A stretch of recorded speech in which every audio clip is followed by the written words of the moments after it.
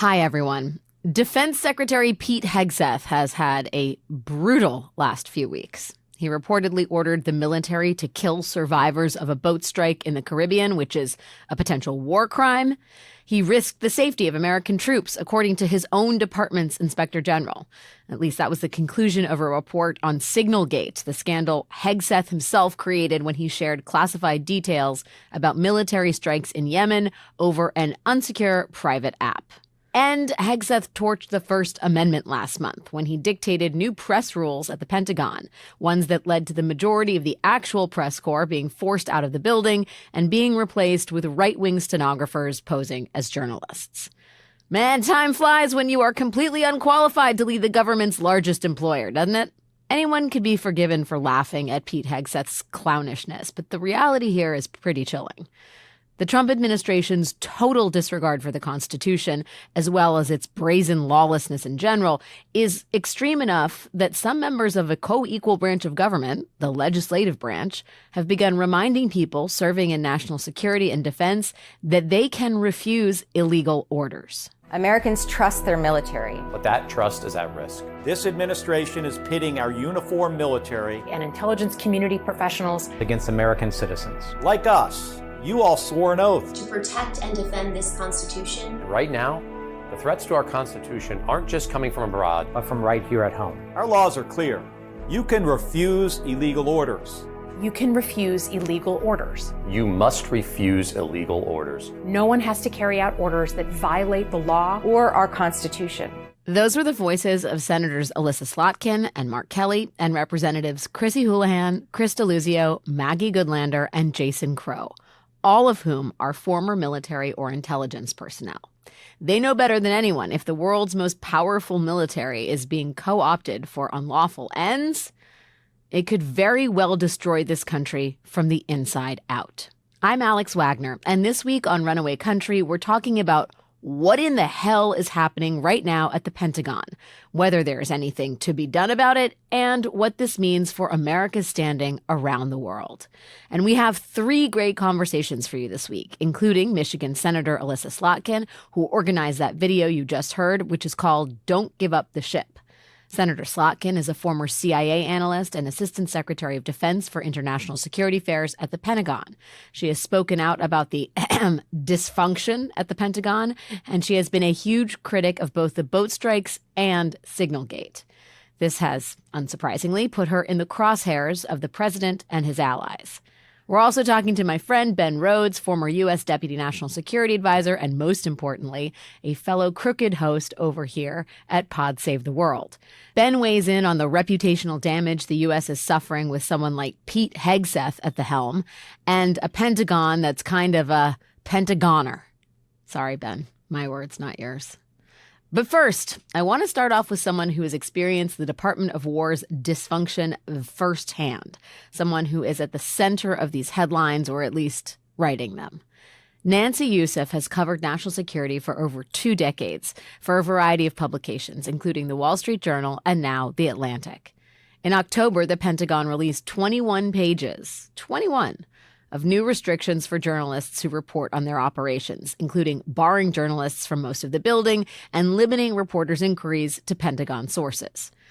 Nancy, along with hundreds of other reporters from credible publications, surrendered her press pass after the restrictions were enacted, instead of bowing to the new authoritarian rules. Side note, the only quote-unquote press that has signed on to the restrictions are a group of pro-Trump outlets and quote-unquote reporters like Matt Gaetz and Laura Loomer. I know. So we asked Nancy to share what it's like to try and report on all this lawlessness and controversy from outside the walls of the Pentagon, and how journalists are holding our Secretary of War accountable as he pulls the strings on a department with a $2 trillion budget. Here's our conversation. First of all, thank you for doing this. I've been following your workplace dramas, to put it mildly, on The Atlantic.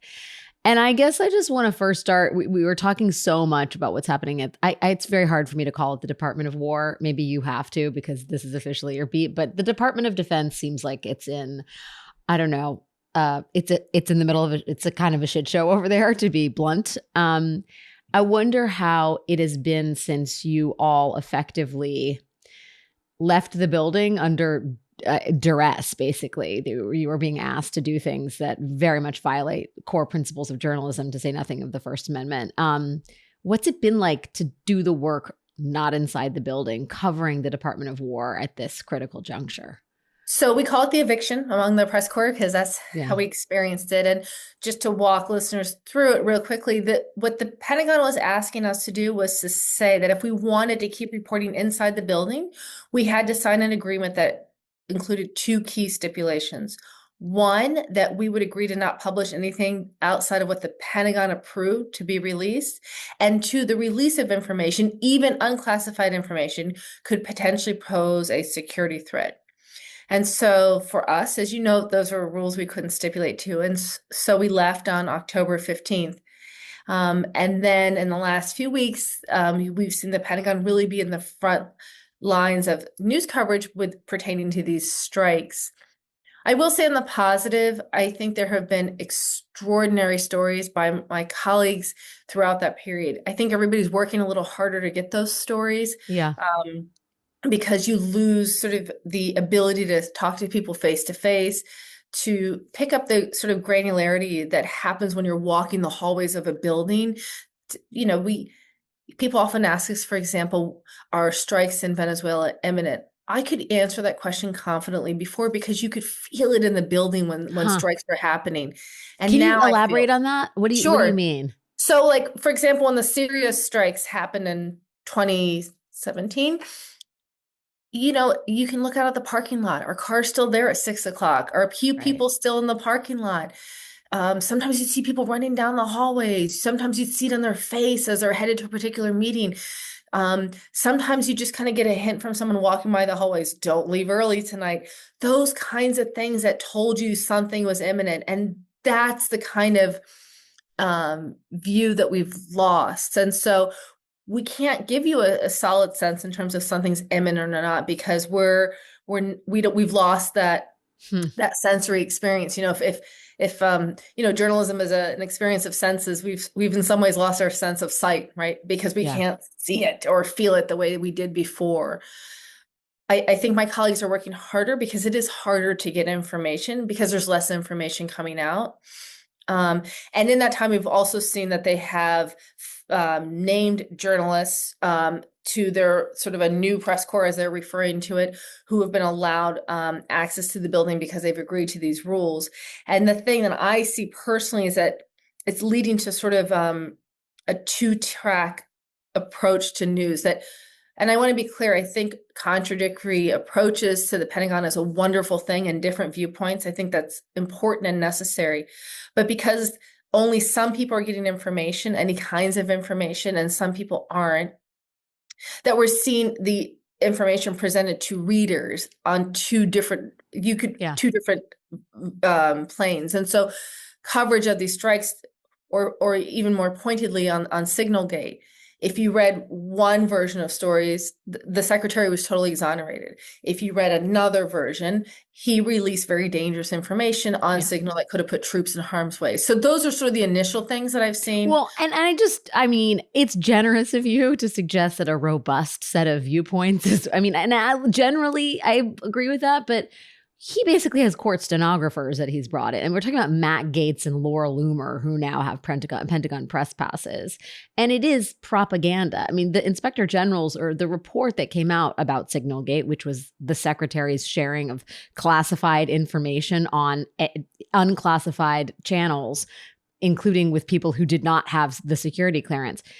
The report found that he wasn't exonerated, and to suggest otherwise is to just basically adopt a line that was constructed by the secretary and the Defense Department to basically insulate him from criticism at best.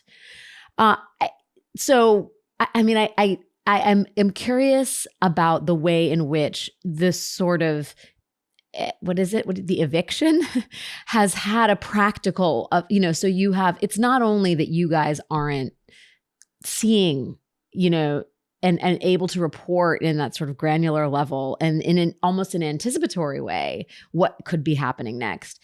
It's also that there's this kind of like strange parallel Earth 2 universe where there's an official Pentagon press corps and they're just spitting out propaganda on behalf of the secretary and his minions. That seems increasingly problematic. It's not just that you guys don't have the access, it's that people who do are arguably doing maybe bad things in the name of journalism. So I am never the optimist. I'm a little optimistic, and I'll tell you why. The journalism that has been produced has been amazing. And so I kept describing when I was watching the press conference. I don't know if you remember, there's an episode of Friends. The opening scene is they walk into the coffee shop and there are 6 people who look like them, but they're not them, sitting on the couch, and they just sort of pause, stop, and walk out. That's how it felt to me. Like, you're watching this, you're like, all right. So it's weird. Don't get me wrong. Wait, so who's playing you? I'm just kidding. I don't know. I don't think it was just like you're watching. That's what it felt like. Like, all right. But I really admired the commitment of the press corps, because we were there. This is such an important story. We're talking about U.S. strikes on these boats off of the shores of Venezuela, and we're not getting information.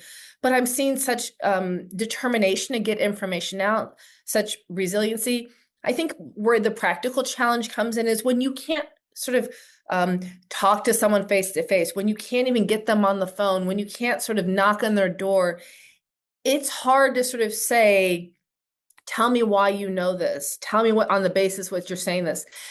The other thing is that it's created a climate where people don't feel the need or responsibility to share things the way they once did, because we're not there in their face sort of pushing for it. And so it's harder to get information. I cannot stress this enough. It is so much harder to get information. But I think you've seen a press corps that has been doubling down on its commitment to get it to you. And so that's what makes me hopeful. I keep comparing journalism to sort of being in a big room with a very small flashlight. Yeah. And what happened is the aperture got smaller. Yeah. And that's the best way I can describe it.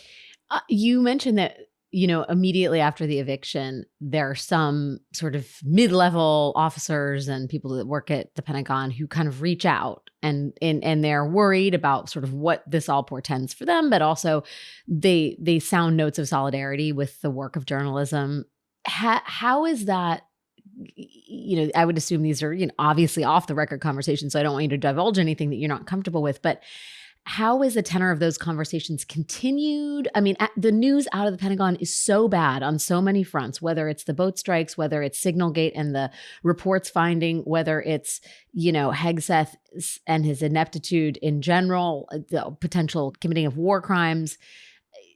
Have you seen people continue to reach out in solidarity? I know the job is difficult, but what's been the sort of mood? What's been the communique from inside to the outside world? It's such a great question. There's less of it, frankly. I think people are fearful. And what we hear, because we're not there anymore, is that increasingly there are sort of 2 camps within the building. And I'm talking about the Pentagon specifically, because I think when you get out to bases and installations, this dynamic is there, but not as much.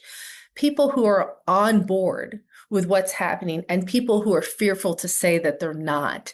And so we're hearing from fewer of those people. And when they do speak up, I'm struck by how many times they'll sort of volunteer, those who are sort of in that latter camp, to say, I don't know how much longer I can be here. So it's become much more sort of personal in terms of their experience, whereas it was much more sort of neutral in the past. I didn't know people's political positions before. And now, without asking, I do, because it's become part of the experience of the building in a way that didn't exist a few years ago. And I want to be clear, I'm not saying that the Pentagon was some pristine, apolitical place, but it just wasn't as much of a part of how people thought about their jobs, I feel like, a few years ago as they do now. Well, ironically, the weaponization of the federal government is occurring very much under President Trump for partisan ends. And perhaps that's spurred people to suggest that they don't want to be part of it. And that in and of itself is a political statement. Do you feel, I know I am with you in the both optimism and the sort of congratulations, the flowers that are due. reporters like yourself and everybody else who's doing the very hard and essential work of journalism in this climate. Are you at all concerned that the American public has not sort of understood the gravity of the situation as it concerns the freedom of the press and the war over information? Or are you, I don't know, where does your optimism extend to the reading public and their, comprehension that what's happening right now is not normal? I have to be honest, I toggle back and forth. There are some days I'm so worried about it, and I don't feel like people sort of understand how much less information we're getting. But then I see the feedback we get on the boat strikes and the desire for details, the expectations of accountability, and it leaves me a little bit more hopeful. But to your specific point, I don't think people sort of fully understand the depth of it. I think how it manifests is people sort of making assessments based on less information. I think a lot of readers and listeners are confused about these strikes. Why are they happening? Why were these boats hit? What made it such that second strike was so controversial? We're not able to give them as many details as I would like so that they can decide for themselves and make their own assessment about whether this was a legitimate military strike or not, because we're getting less information. And so I don't know if readers are aware of it. Sometimes I feel like they are, and sometimes I worry that they're not, and that the way that they're projecting it is to actually just have a distrust of information broadly. Because they don't know how to trust it. And that's where my worry comes in, that our inability to answer questions that they have the reasonable expectation to get leaves them more distrustful, both of government, but also those of us tasked with providing them information about what government is doing. I have to ask you, because this clip sort of went viral. Kingsley Wilson is the press secretary for DOD. And when the new crop of Earth 2 court stenographers came into the building, Kingsley explained why these sort of new restrictions were necessary and went into some detail about how much, DOD staff was being pestered and harassed by the old journalists. This is the clip wherein that was all explained. Let's take a listen to that first. The Pentagon press corps, the former Pentagon press corps, I should say, basically had free reign of the building. They were able to go wherever they wanted. My first weeks here, they just waltzed in my office, rang my doorbell, literally nonstop. My doorbell was going off probably every single second because they were just trying to come in, trying to hang out, would push their way in. If someone else came in for a meeting, would just follow them along and plop down and sit down. So they definitely had zero boundaries. And like you said, there were instances where they were hanging outside of the secretary's office, trying to see who he was meeting with. If they could eavesdrop and hear anything, they were doing the same thing to the chairman and to other officials, trying to do sort of congressional style stakeouts. This is not Congress. This isn't the People's House. This is the Pentagon. What do you make of that argument? What do you make of her observations? I guess this ages me. I don't know, but ringing the doorbell, the press secretary. Yeah, we did that. Asking questions. Yes, we did that. She didn't say we were rude, that we were unprofessional. She said that we were persistent. And that's what we should be. That's what we should be. That's the job.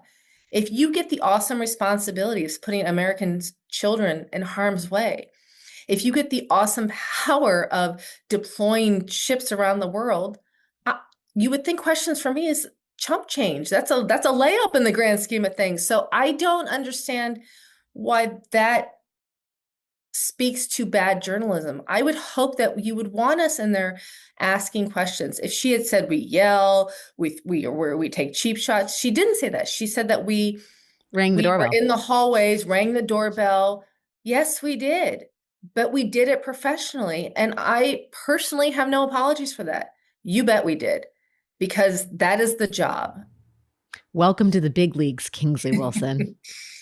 I mean, it's to me, when you get more than $1 trillion, there are going to be tough questions and uncomfortable questions. And I'll, just as an aside, I have found that the generals or admirals who are objectively sort of deemed successful welcome our questions and scrutiny. They don't shy away from it.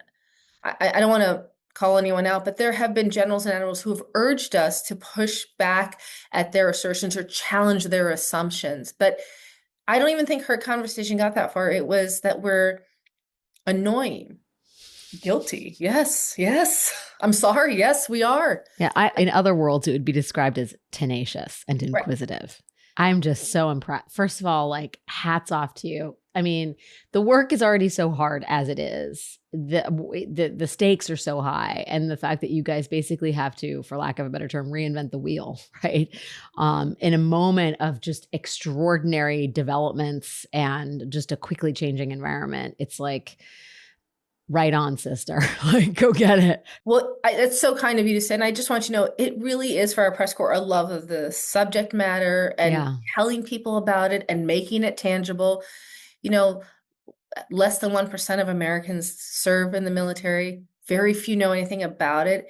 And I think we all feel a responsibility to make it a tangible government agency. This is one that in total, our defense is more than $1 trillion. And so it's that, I think, the collective love among us for the reader, for the listener, that keeps us going. It's and I know I've said this before, but the commitment of this press corps has been really, really wonderful to watch. And the days where I kind of get down, somebody comes through with a great story, with great journalism that kind of gives you that boost to keep going. And so I feel really, really lucky to be a part of this press corps. It is harder.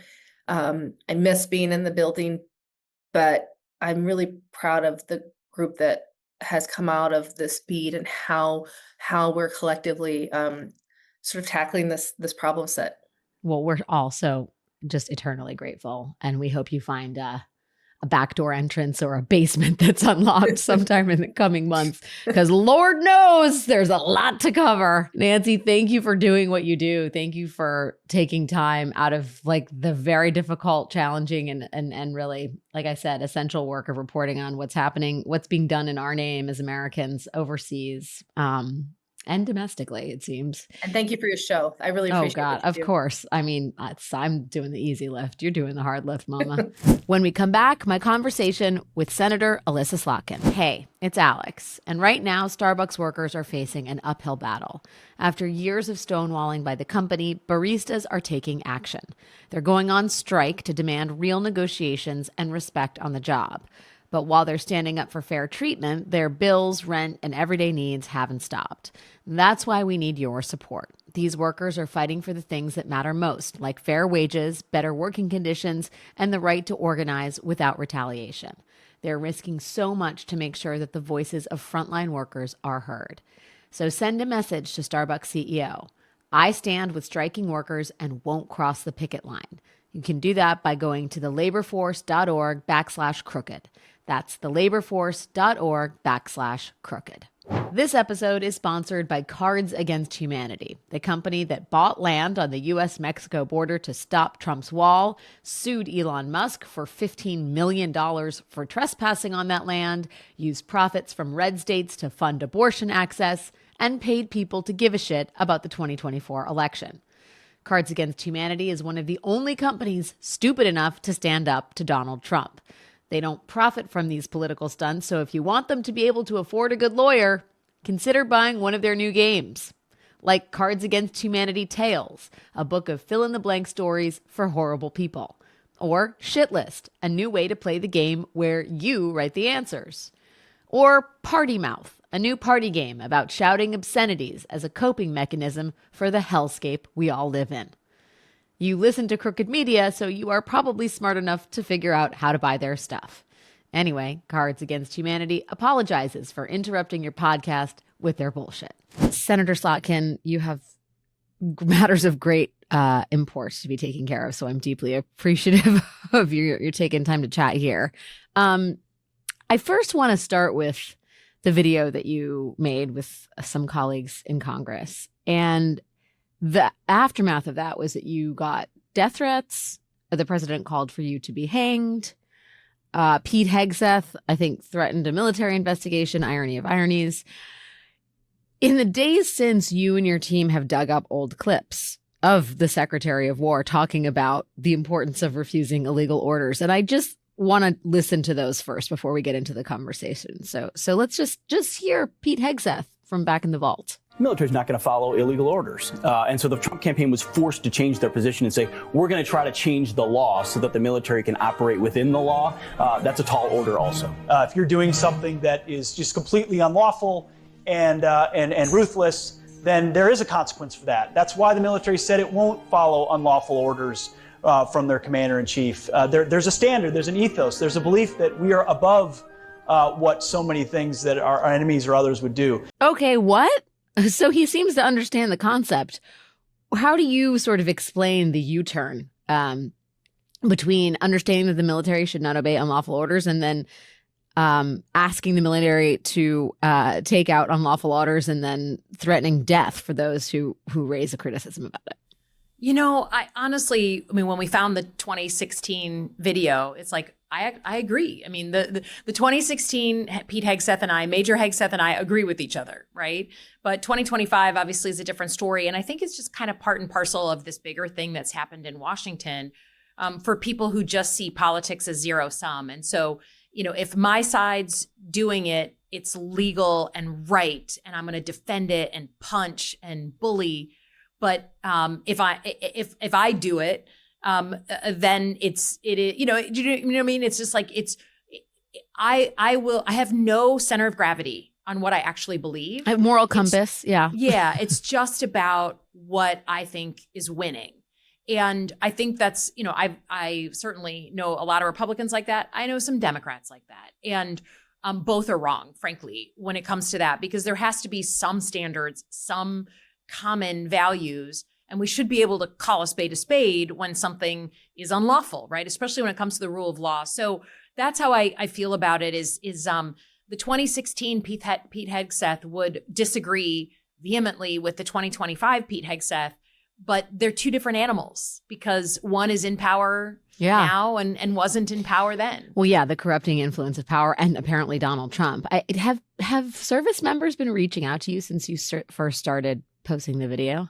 That's why we did it. Yeah. I mean, there was so much juju in the system of people in uniform coming to all six of us and saying, first and foremost, like, hey, I'm about to be sent with the Guard into Chicago or LA or wherever, and I'm worried I'm going to be asked to do something that is not lawful, that I shouldn't be doing.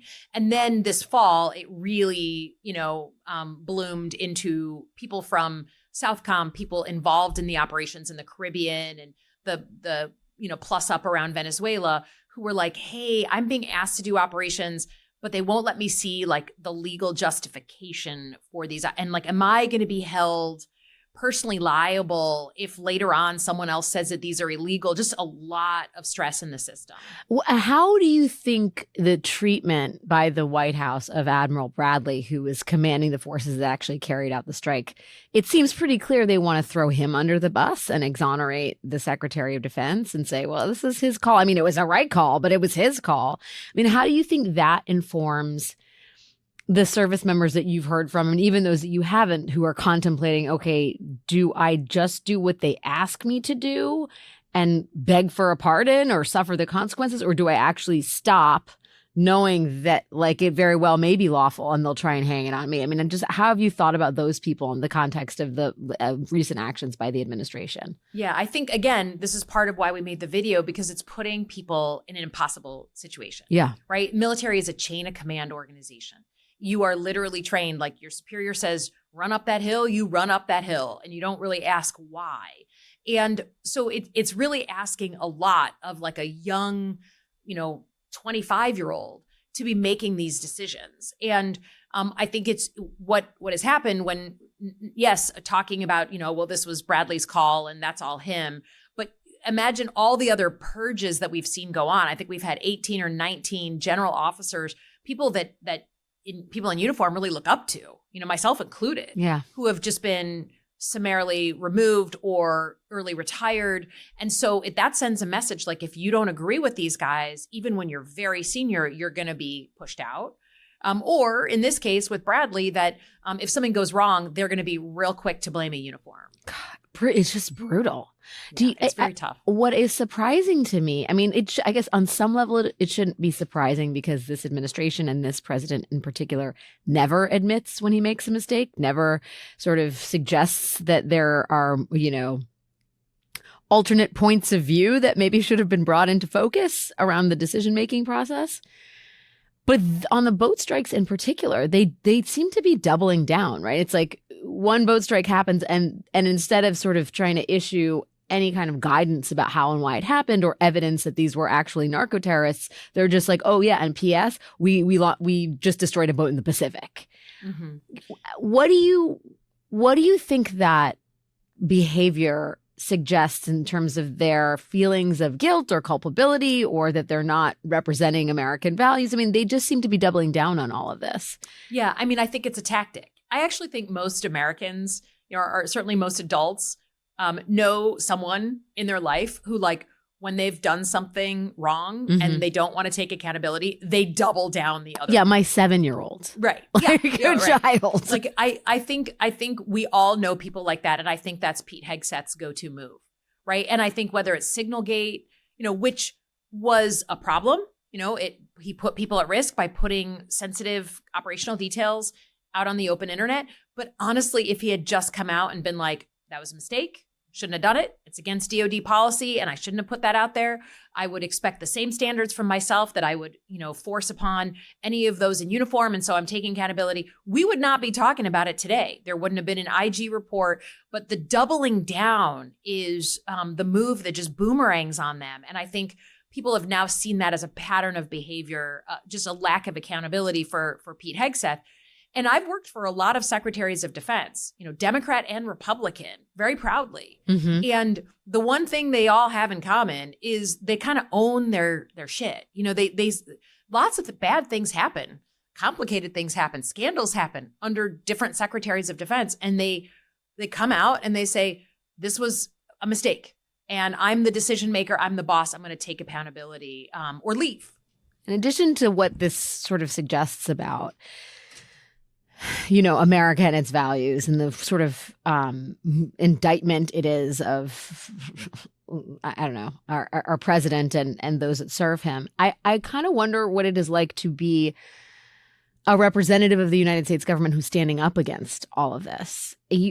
You are someone who has gone out there publicly and had the president of the United States suggest that you should be hanged, that this is treasonous behavior. I am sure that did not come with, that wasn't just a tree falling in the forest that nobody heard. What is it like to be trying to do what you're doing in this moment when the stakes are so extraordinarily high and the president himself has put a target on your back?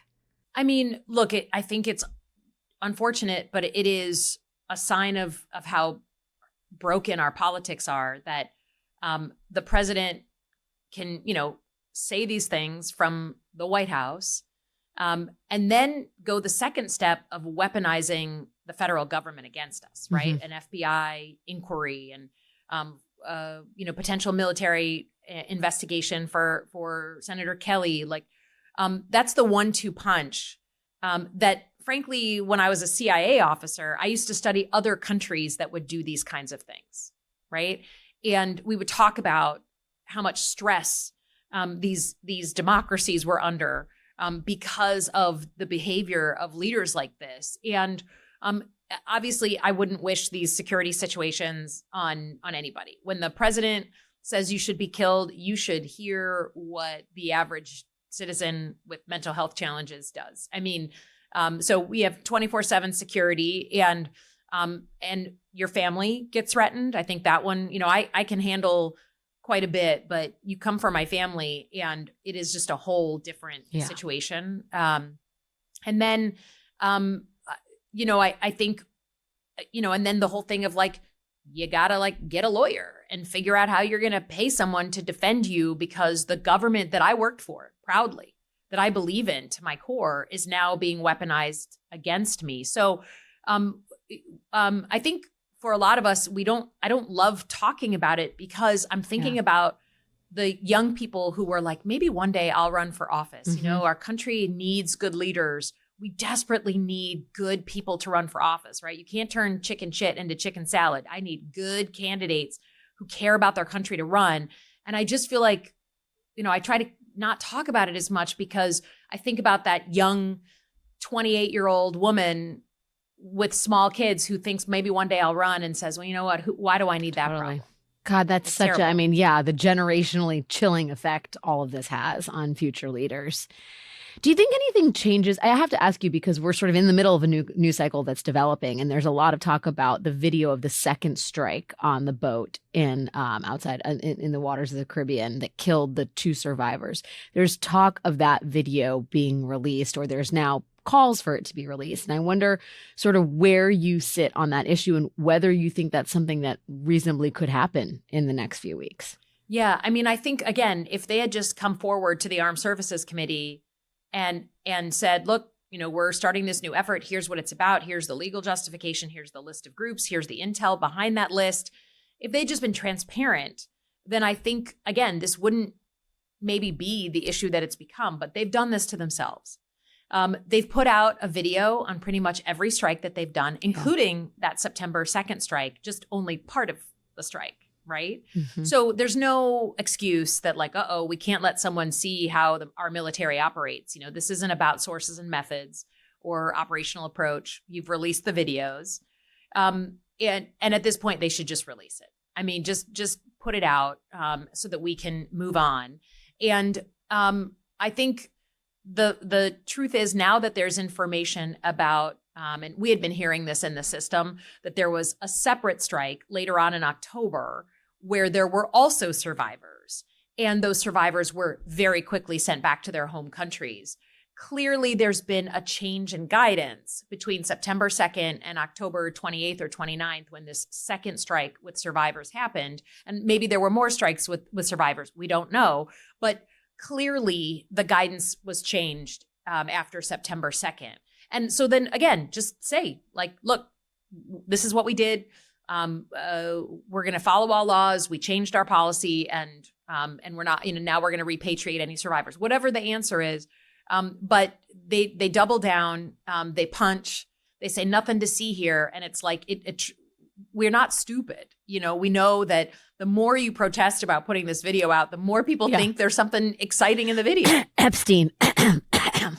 Like the protest itself is indicative of maybe potentially being compromised. Part of the reason we know about this stuff is because the Trump administration is putting it out there.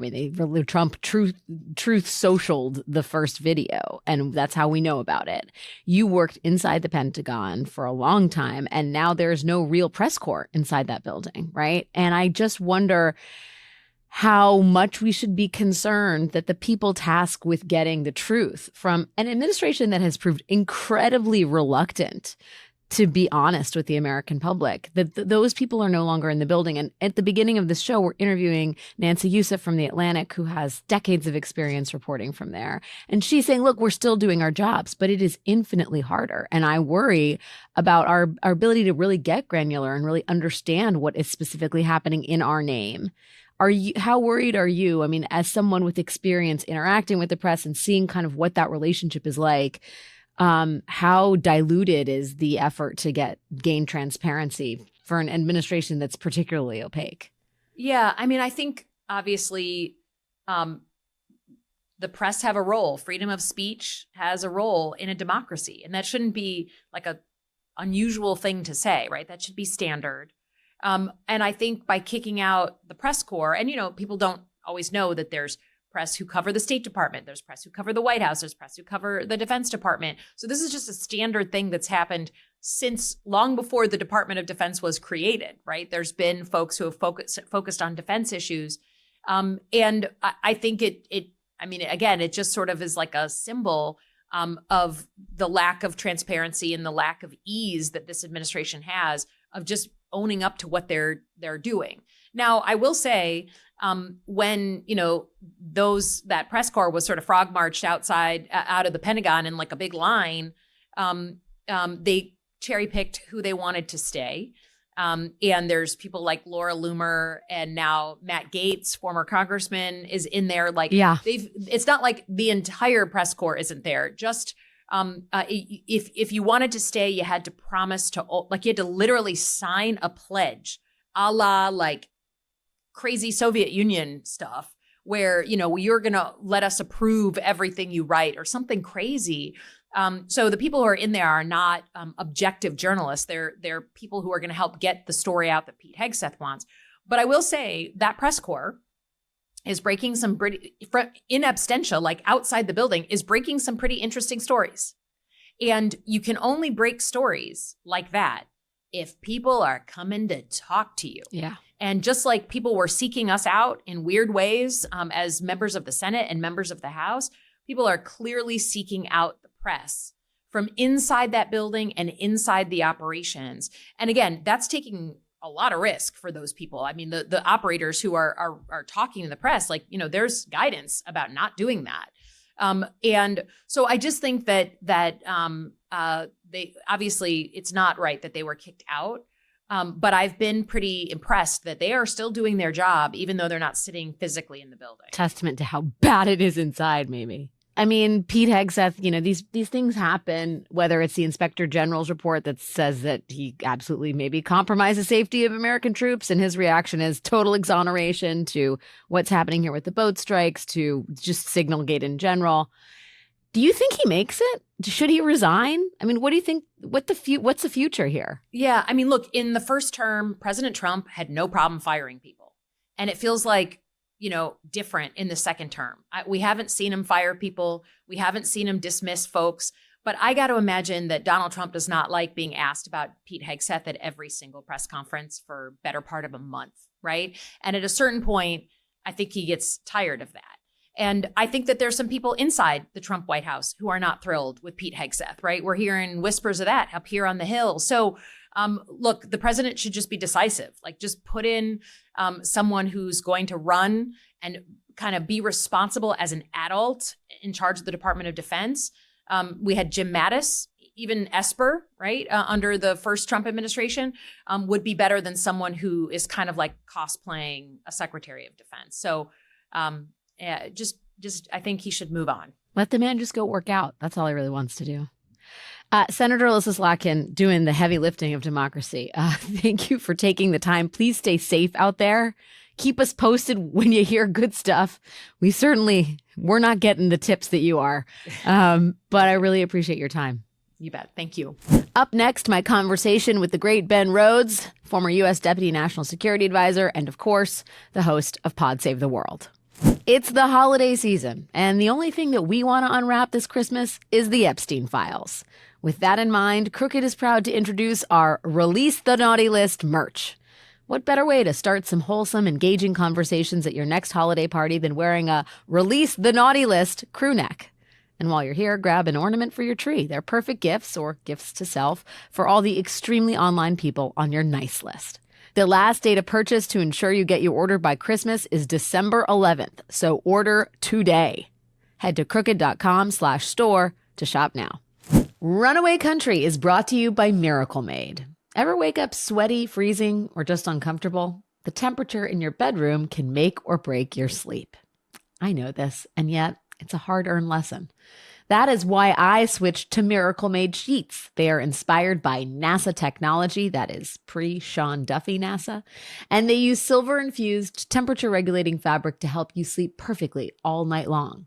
Are you a hot sleeper? Are you a cold sleeper? It doesn't matter, because these sheets help keep you in the comfort zone all night long, and that is where you want to be. Thanks to their antibacterial silver technology, Miracle Made sheets stay cleaner and fresher up to 3 times longer than regular sheets. That means fewer odors, fewer wash cycles, and way less laundry. All 3 good things. All that hidden bacteria in regular sheets, it can clog your pores and it can cause breakouts, and we're all too old for that. Miracle Made's antibacterial design helps you sleep cleaner and clearer night after night. And they feel just as good, if not better, than the sheets you'd find at a 5-star hotel, but without the steep price tag. Smooth, breathable, and ridiculously comfortable. Upgrade your sleep or give the gift of better rest. There is no better gift. There really isn't. Go to trymiracle.com/Alex to try Miracle Made sheets today. You'll save over 40%, and when you use the promo code ALEX, you'll get an extra 20% off, plus, wait for it, a free 3-piece towel set. They make an amazing gift, and with a 30-day money-back guarantee, there's no risk. That's trymiracle.com/Alex, code ALEX at checkout. Thanks to Miracle Made for sponsoring this episode. Runaway Country is brought to you by ZBiotics Pre-Alcohol. Christmas parties, holiday dinners, late night gift wrapping with a glass of spiked eggnog. It is the season for celebration. Just don't forget the ZBiotics Pre-Alcohol Probiotic Drink. ZBiotics Pre-Alcohol Probiotic Drink is the world's first genetically engineered probiotic. It was invented by PhD scientists to tackle rough mornings after drinking. And here is how it works. When you drink, alcohol gets converted into a toxic byproduct in your gut. It is a buildup of this byproduct and not dehydration that is to blame for rough days after drinking. Pre-alcohol produces an enzyme to break this byproduct down. Just remember to make pre-alcohol your first drink of the night. Then drink responsibly and you will feel your best tomorrow. Look, I'm not going to lie. I was like, what do these little vials do? Really? Really? I was on the fence. But then, while hanging out with one of my friends, Gabe, you know who you are, who likes to have a couple drinks and likes to have a good time, I decided to give it a shot. We were going out to our friend's restaurant. We were going to have some wine, and I knew it was going to be one of those nights. And believe me, guys, it is the real deal. Make the most of every toast this holiday season. Just don't forget to bring pre-alcohol along for the ride. Put it in your purse. Put it in your back pocket. Go to zbiotics.com/Alex to learn more and get 15% off your first order when you use Alex at checkout. ZBiotics is backed with 100% money-back guarantee, so if you are unsatisfied for any reason, they will refund your money, no questions asked. Remember to head to zbiotics.com/Alex and use the code ALEX at checkout for 15% off. Ben Rhodes, one of my favorite people who I never actually see in the flesh, and actually maybe proof that AI has already taken over because... No, this is me. Yeah. Is it? Yeah. I think AI could touch its own flesh and pretend to be real, but we'll go with the fact that you're real for now because it makes me feel better about the world. There's so many reasons to feel bad about the world, and I'm about to launch into some of them right now. I know that you and our friend and your co-host Tommy Vitor are always talking about the just insane murderer's row of idiots and assholes that are populating the Trump administration. Yes. And who had national security. But just, I mean, after the last couple weeks, how bad is it that Pete Hegseth is our Secretary of War? I mean, just give me your overall on that one. I think that in the, parade of assholes, like it's neck and neck right now between Pete Hegseth and Kash Patel, the director of the FBI, for who is the greater danger. And actually, I think Hegseth surges ahead for two reasons. One, because the United States military is the most powerful institution in the entire world, if not the history of the world, with the capacity to destroy the world. And those are in Pete Hegseth's hands. So just think about that for a second.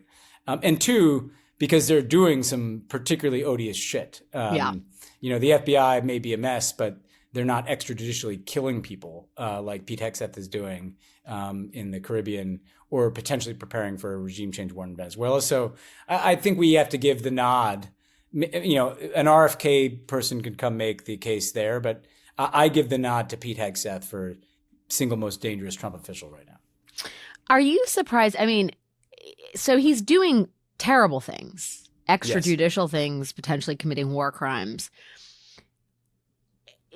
All of it seems to be largely on purpose, and yet there's still scandal that surrounds him that you can't deny. And I am surprised, given how quickly Trump fired so many people who became scandalous in his first administration, that he's holding on to Hegseth. Does that surprise you, or do you think really the name of the game in the second Trump administration is loyalty above all else, and that's going to prove an insurance policy for Hegseth in the medium term? I think that's insurance policy. I think Trump either fired people because he had less tolerance of scandal or because there were some more conventional normies around him who were like, oh, it's time to fire this person. And now you have neither of those things. So it's not just the loyalty piece. It's the fact there's nobody in Trump's ear that he actually listens to who's like, hey, it might be time to dump this guy. And I think part of what he's doing that's just as scary, that doesn't get as much attention, is he's also trying to kind of transform the military to be this vehicle for Trump's interests. So what people are not seeing is that there's basically been a kind of purge of senior general officers, senior people at the Pentagon who might in any way, shape, or form challenge Trump. And sometimes just being black or a woman is enough to get you fired because they just presume those people are not on board. Well, because they're distinctly not on board with them. Yes, you know, right? that too. So. And I think he's promoting like MAGA generals. And so he's engaged in this effort to kind of make the military more pliant. Trump didn't like the fact that at the end of his first term, Mark Milley essentially said no to him after, clearing Lafayette Square of those BLM protests. Milley kind of backtracked. Trump wants a military that will do what he wants, whether it's invading U.S. cities, whether it's invading Venezuela, or whether it's blowing people up in the Caribbean. He wants an institution of the U.S. military that is responsive to him, and he knows Pete Hegseth will do anything to deliver that to him. And that's why I think his job is secure. As you say that, we need to reframe the way that the videos we've been shown play inside the Oval Office, right? Like, this is why they keep releasing these videos or even news of these strikes, is because they like the brutality. I mean, they like the carnage. They like the fact that they're blowing up brown people on boats, like completely asymmetrically. That seems part of while they know it could be a war crime and seem to have tailored their response to how the U.S. deals with survivors from some of these boat strikes, at least according to Senator Slotkin. I bet Trump enjoys the videos and thinks they're great evidence of America's might. So maybe, to that end, it's like, well, Pete, keep it up. Yeah, I think this scratches a lot of itches for Trump, right? He's killing extrajudicially brown people. By the way, sometimes you look at what other leaders did and Trump is copying that. This is a strategy that the former president of the Philippines, who's now in The Hague, by the way, Duterte, this is what not because he's visiting, not because he likes it this time of year. He's not visiting The Hague. There's not much to see there other than a court where people like him are prosecuted. But he killed thousands of people who he said were drug dealers, right? This is part of an authoritarian playbook, and we've seen Trump draw from all these playbooks. But I think just as importantly, Trump also sees himself as kind of the emperor of the Western Hemisphere. Yeah. And this is the National Security Strategy, which is a nerdy document, but it's an important one that was released this week, basically says that we have the ability to, pick who we want to run countries. They've gotten involved in Argentina by giving a $40 billion bailout to a right-wing nut there, President Milei. They've threatened to invade not just Venezuela, but bomb Colombia. They kind of like this capacity to control things in this hemisphere. The one sign of hope here, and gravity applying to Trump and Hegseth, is they were freaked out by that video of the second strike, right? Of the first boat that was hit, and then the strike that killed the two survivors, because they know, these are all crimes, we should say. They're committing murder because there's no legal basis. We're not at war with drug traffickers. So in some respects, it's even a misnomer to call it a war crime because it's actually just a crime. Right. There's no actual war murder happening. But they knew that was so glaring, like people holding on to a sinking boat, getting blown up, that they distanced themselves from that. Trump said, I don't know, I wouldn't take in that second strike. And then Hegseth said, oh, it was up to the commander, but I backed the commander. Well, that does tell you that for all their impunity, Pete Hegseth is going to be around for a while, after Donald Trump is president. And he knows, just like Duterte's at The Hague, he could end up facing some serious accountability for what he's doing right now. Right, which is he's trying to throw Admiral Bradley under the bus and say, I wasn't in the room, which is a portrait of great leadership, isn't it? The buck stops with Admiral Bradley. The bus stops with Admiral Bradley, because I was just like flexing my biceps in the mirror and just seeing how big I'd gotten since my last workout. You bring up the narco-terrorist aspect of all of this and how that's part of the Authoritarian's playbook. And I just have to highlight, because I feel like it really does get lost. Like, Trump is literally letting actual narco-terrorists out of jail, out of American jails, and doing nothing to stop the actual drug trade. This is about something totally different, whether it's flexing America's might, targeting brown people, or just sort of like stoking fear in the hearts of other leaders elsewhere in the world. What do you think the implications are for sort of putting the terrorism label on the drug trade? And what does that portend for other countries who are trying to justify similar actions elsewhere in the world? I think it's terrible because essentially when you introduce the word terrorist, it kind of militarizes things, right? Yeah. Because people have been conditioned to think, okay, terrorists are people that we fight wars with. We've been in a war on terror for 25 years now. And just calling people narco traffickers is a law enforcement issue, right? And so they're trying to militarize this whole, issue. Now, it's bullshit to begin with because blowing up boats is not going to do anything to slow the flow of drugs in the United States. They come from Mexico. They come from Colombia. The fentanyl that Trump always talks about are precursors that come from China into Mexico.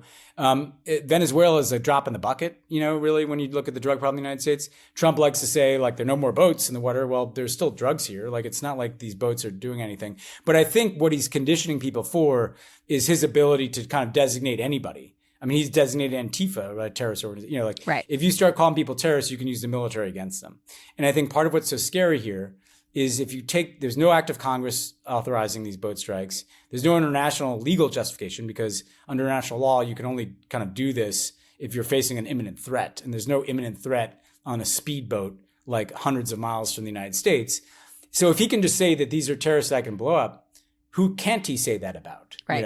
And actually, I would like to see the media and others. Let's not call them narco terrorists. They're not. Like some dudes on a speedboat, even if there's cocaine on that boat. I'm not saying they're good guys, but they're not like terrorists. They're traffickers. Terrorists are people who engage in violence for political means, like people driving boats from Venezuela to Trinidad.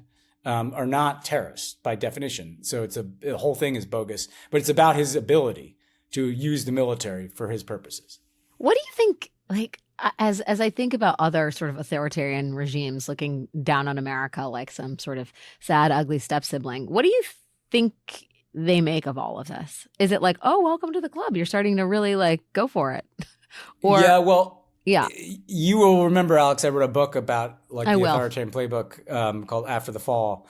And it's a great book. It's still very much on sale, and it's still the holiday season Yes, if you it want is. to pick up a couple copies. Just the stocking stuffer people need. It is. One of the things I learned is the degree to which, and I knew this in government, but it was very clear to me in kind of looking at how authoritarians have acted in the last decade or so, is they use the language of the war on terror, the American language of the war on terror to justify authoritarian crackdowns.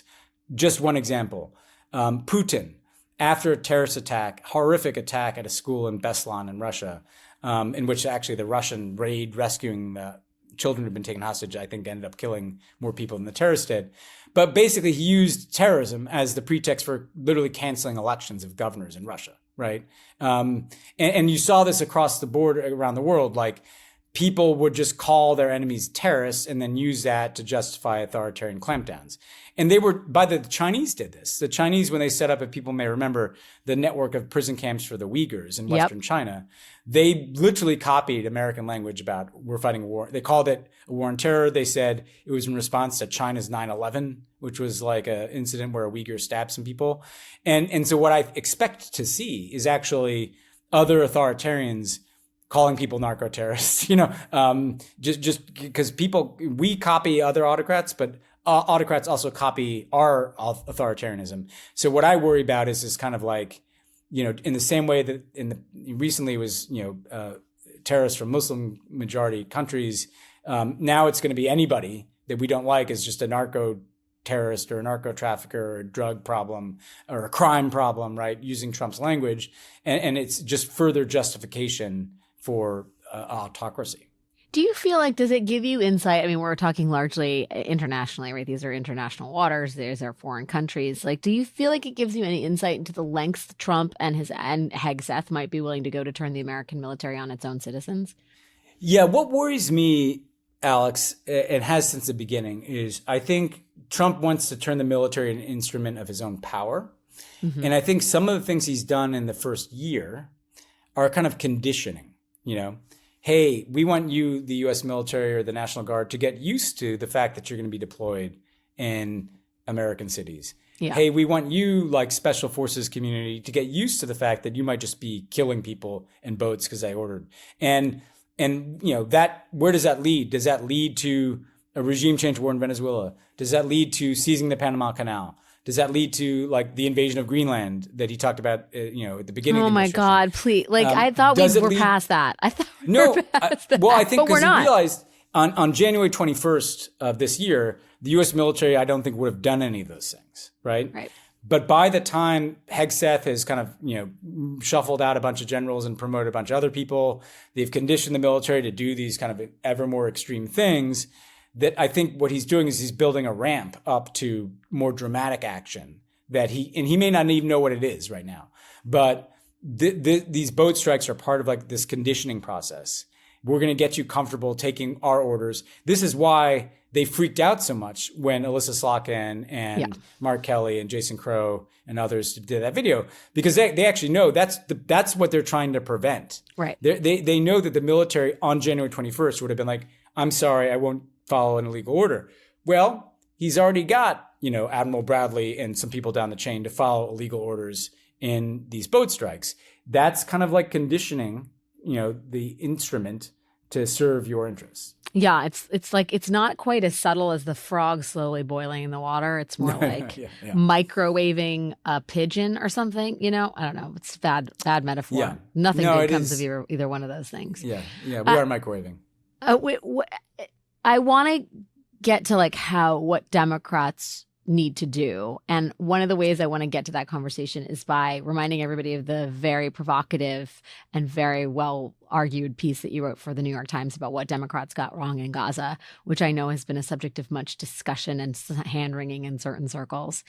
And you basically argue that Democrats ignored our own principles when it came to Gaza. And we supported military units that had been credibly accused of war crimes, and there were a host of other moral lapses.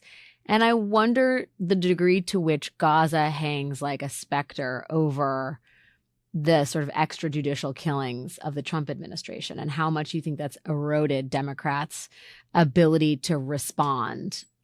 Or maybe it hasn't. I don't know. But I wonder how you see the intersection between the sort of moral and ethical lapses over those war crimes and the potential war crimes that are being committed by this administration, and how Democrats mount a fulsome response to that.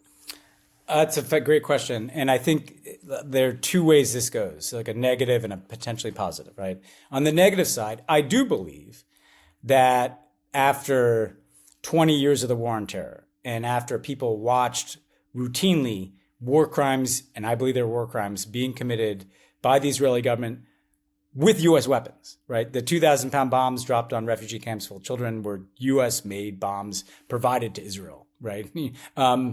That kind of numbs people. It normalizes a degree of violence and dehumanization that, what's a boat strike? Or these people that are bitching about these boat strikes that killed 2 people, 20,000 kids just got killed in Gaza, and Joe Biden didn't seem to have a problem with that when he was president.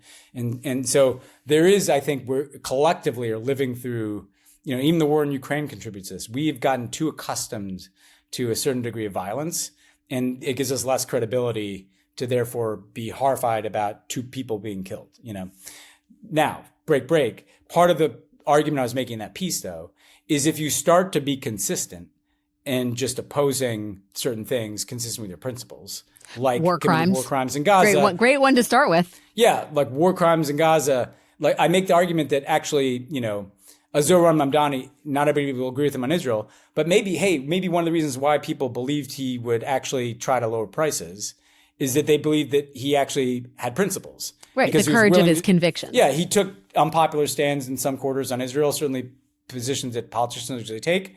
And he didn't bend to all the criticism. And it's like, well, this guy might be a fighter. This guy might actually believe in something.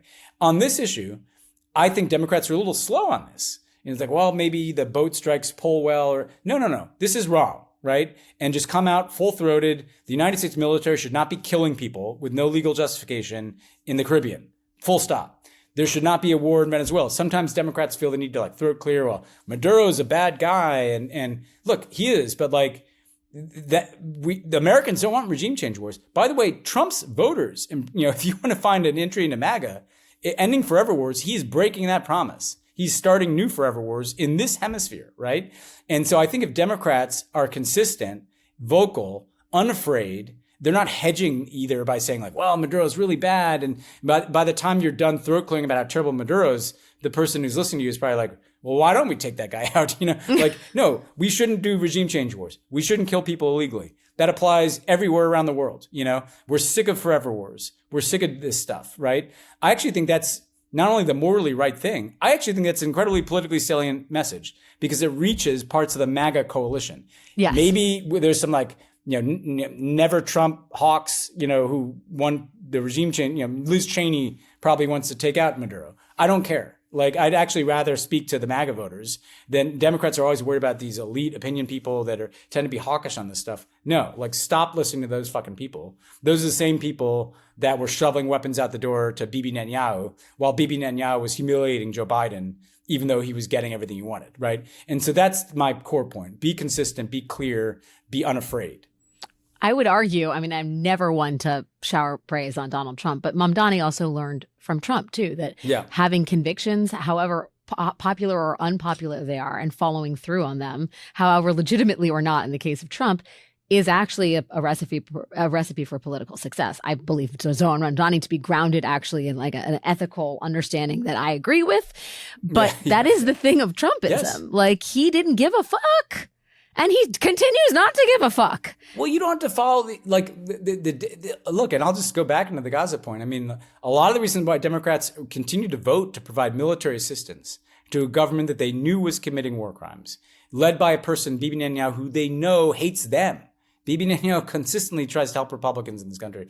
It's just that, well, that's what we do. Like, I know it's too scary to say that we shouldn't give military assistance to Israel. Like, but what Trump showed is that all these old self-censoring, voices in the heads of politicians don't apply anymore. Like, and that Israel has changed. Like, the politics around Israel, and you lay this out very, very sharply in your piece. The landscape around Israel has changed. Israel has changed. And also Israel isn't monolithic. There are plenty of Jews in Israel who are against this and Jews in America who are against what And Israel by the way, on Israel, like, how are we providing solidarity to those Jewish Israelis who don't like Netanyahu by giving Netanyahu everything he wants? If we actually truly want to be a source of support to Israelis who do not like, and by the way, a majority of Israelis relatively early in that war said that they wanted to end the war in exchange for the hostages coming back. That war went on a long time after a majority of the Israeli public was against it, right? And yet we're still giving a blank check to the government that is perpetuating the war and causing horrific carnage in Gaza, right? And look, it applies in what we were talking about too, because again, I think Democrats are like, well, I want to stand up against Trump, but I don't want to sound weak on drug trafficking. No, we need to let go of these like self-imposed constraints, like because you know what? It is a dumb fucking way to fight drug trafficking to bomb speedboats in the Caribbean. Yes, as Trump is releasing drug kingpins from American jails. I mean, Trump makes this easy for us. He's released a guy who is the president of Honduras, who is responsible for flooding the streets of American cities with cocaine. This guy's brother was such a fucking narco trafficker, I didn't call him a terrorist, that he stamped the cocaine with his initials. Okay? Who does that remind you of, Ben? Who does that remind you of? Trump signs the checks. This guy stamps the cocaine. Yeah, maybe in the ballroom they'll have, branded Coke. I don't know, but maybe there's no way they won't. This is not hard argument to make. Like this is not about drug trafficking. If it was about drug trafficking, we wouldn't be releasing the drug kingpin and then bombing speedboats. Ben Rhodes, always out there with the most salient observations about our broken fucking world. Thank you, my friend, for putting it into perspective and also letting us dip into the choppy waters of Gaza and Israel in the context of all this. People may think that they're separate things, but they really aren't. And I think you do a really important job of connecting sort of just like moral integrity across the board is a good thing. It helps strengthen us, around the world, but also politically, it's like a better place to be. It's a better place to be. It's not like we're winning the other way. Like, let's try moral clarity. Exactly. Better place to be would be you and me in the same room recording this podcast, but I know. The universe is not on our side. Not happening. Thanks for your time, buddy. You are the absolute best. I adore you. You're brilliant. Thanks for your energies. I love your pod. I'm loving it. I'm loving the vibes. Man. Thanks, they're man. immaculate. Before we go, I want to give you a quick update about one of our guests from Runaway Country. You may remember we spoke with a man named Richard von Glahn from the organization People Not Politicians in the state of Missouri. They were fighting back against a new congressional map that was drawn by Republicans in that state, and they were opposing redistricting with a citizen-led referendum. Well, this week, Richard and his organization turned in a petition with more than 300,000 signatures. That is literally 3 times more than what they needed, and it is a resounding no from the voters of the state. They are rejecting the attempts to gerrymander the state of Missouri. Now, there are almost certainly lawsuits to come, but this is a real strike against Trump's anti-democratic gerrymandering efforts and the red states that do his bidding. So stay tuned for more, but a big win for people who are on the pro-democracy side of the aisle. Last but not least, please do not forget to check out the show and our rapid response videos on our YouTube channel, Runaway Country with Alex Wagner. Thank you in advance.